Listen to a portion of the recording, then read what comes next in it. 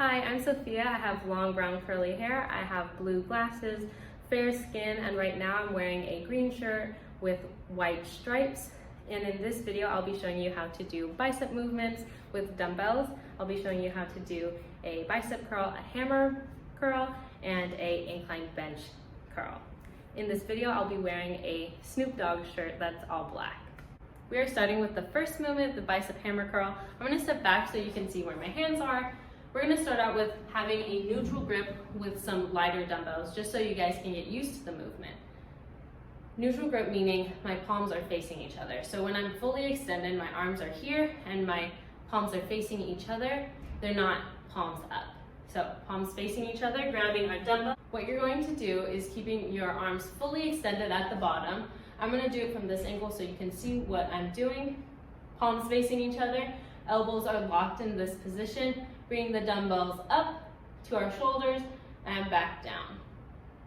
1, 2, 3, 1, 2, 3. And of course you can go faster, but it's harder to keep your elbows in that same position. So again, our palms are facing each other.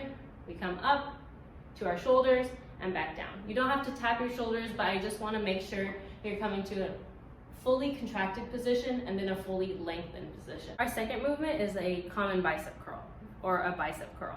This is what you typically see people do to train their biceps. So let's grab our dumbbells, some relatively lighter dumbbells. Our palms are going to be facing away from us. I'm going to turn to this angle so you can see where my elbows are. For our rep, we are going to fully extend at the bottom, bringing our elbows, keeping them at the same position while bringing our hands to our shoulders and back down.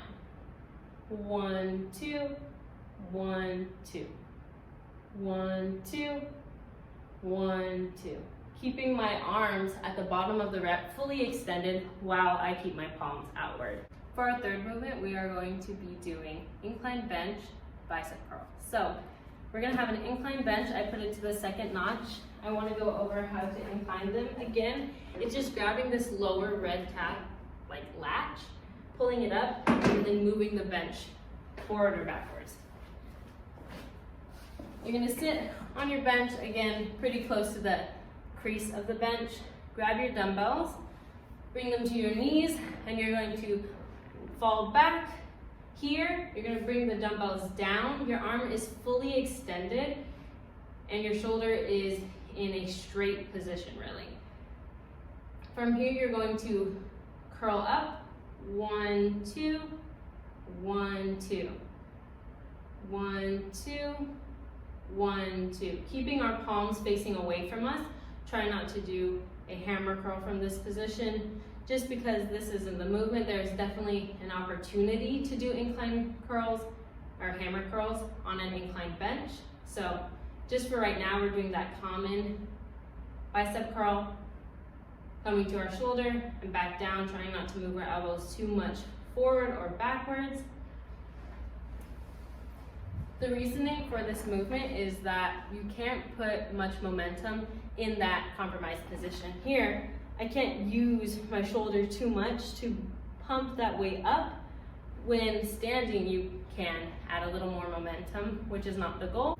So there are some modifications we can do for these bicep movements with our dumbbells. The first one is I recommend doing it with a seated bench here, a seated bench. If you don't have a stable standing position for a prolonged period of time without support. Because when you do a dumbbell curl, you're going to be standing here and you may not have support if you're unstable. The second modification is using a cable system that I will show you to do some curls. So let's get into that. So for this modification, you'll need one attachment. It's called a D handle.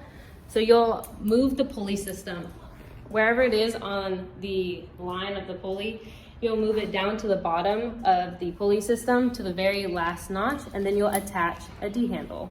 So now that we have the pulley at the bottom at the last notch that is available and the D handle attached, making sure we have an upright seated bench, we're gonna go ahead and sit on this bench, grab the D handle, and this modification is for anyone who doesn't have a functional grasp or even wants a variation in bicep movements. So the main thing is figuring out at which position we need to be at for tension to be on our bicep. So the modification is putting the D handle on your wrist instead of grabbing it, because not everyone has a functional grasp, and we can use this movement to work our biceps. So for example, right now I don't have tension at the bottom of my bicep curl. Right here, it fully touches the other metal. So I want to back up, and at extension, I have tension on my bicep. So that means even when I'm down here, the weight is not touching the other weight, and I have tension on my bicep. Then I do my bicep curl, fully extending and curling, fully extending and curling. After you've done your set on one side, your amount of reps on one side, you'll go to the other arm. You can even rest it on these pads to make sure you fully extend your arm and curl up. This is pretty comfortable because this D handle is a tiny bit cushioned by the rubber. So that is our second modification that you can use.